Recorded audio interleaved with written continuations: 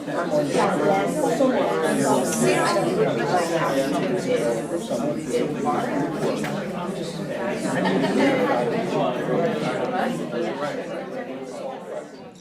name is Malcolm Campbell. I teach biology and genomics at Davidson College in North Carolina.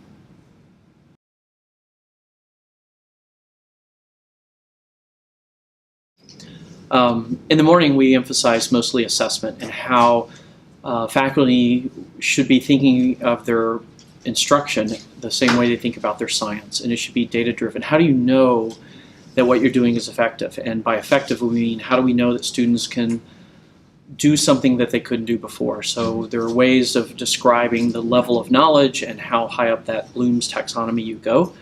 But just because a student smiled at you or just because nobody asked a question, that's really not data. And so how do you know what you're doing? And then that was the morning part, talking about assessment. But in the afternoon, we focused more on active learning. And active learning means that rather than lecturing, because if you just lecture, you're covering material, and there's no guarantee that students will learn.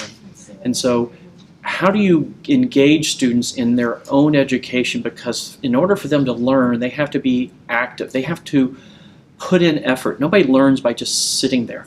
And so what can we do as instructors to engage them more, partly to motivate, but partly to accomplish those goals so that what you want them to be able to do in assessment, they now get a chance to practice and master that capacity.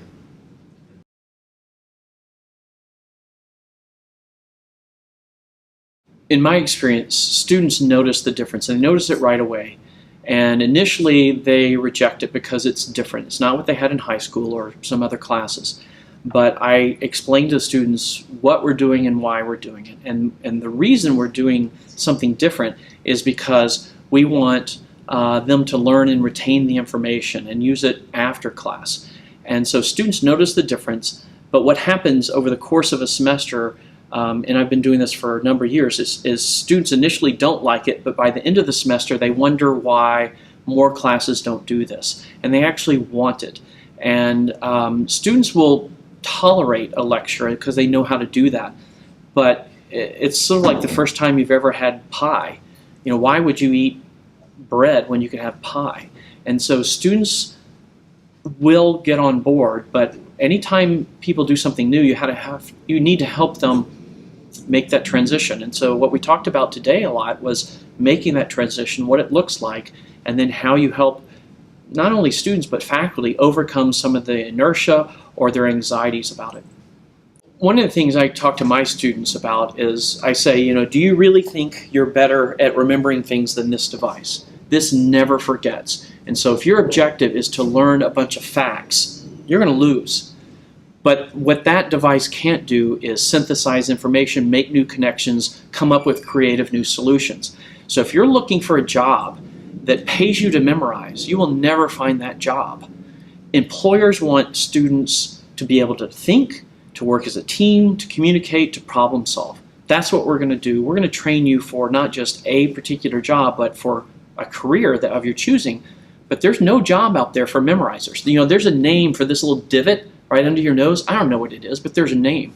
And if you knew it, you wouldn't get a job with that information. Nobody's going to ask you that.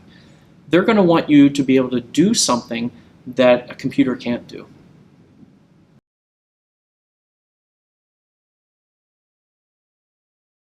Well, the group of faculty I met today, many of them are already doing this. I think maybe my function here was to encourage them to continue. Oftentimes, workshops like this, these are not the people who are resisting. These are the people who are already doing.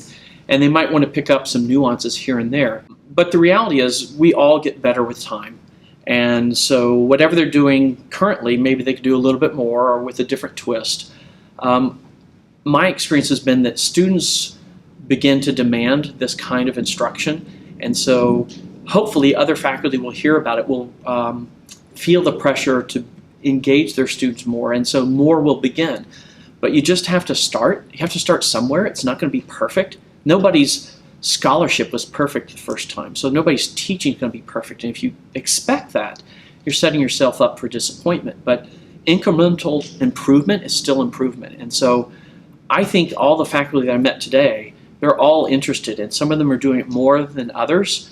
There was a woman from English department who said, I didn't understand any of the specifics you talked about, but I nudged her a little further. She has a workshop tomorrow with her department, and she's going to go a little further than she would have otherwise. That's all we're looking for, is incremental progress.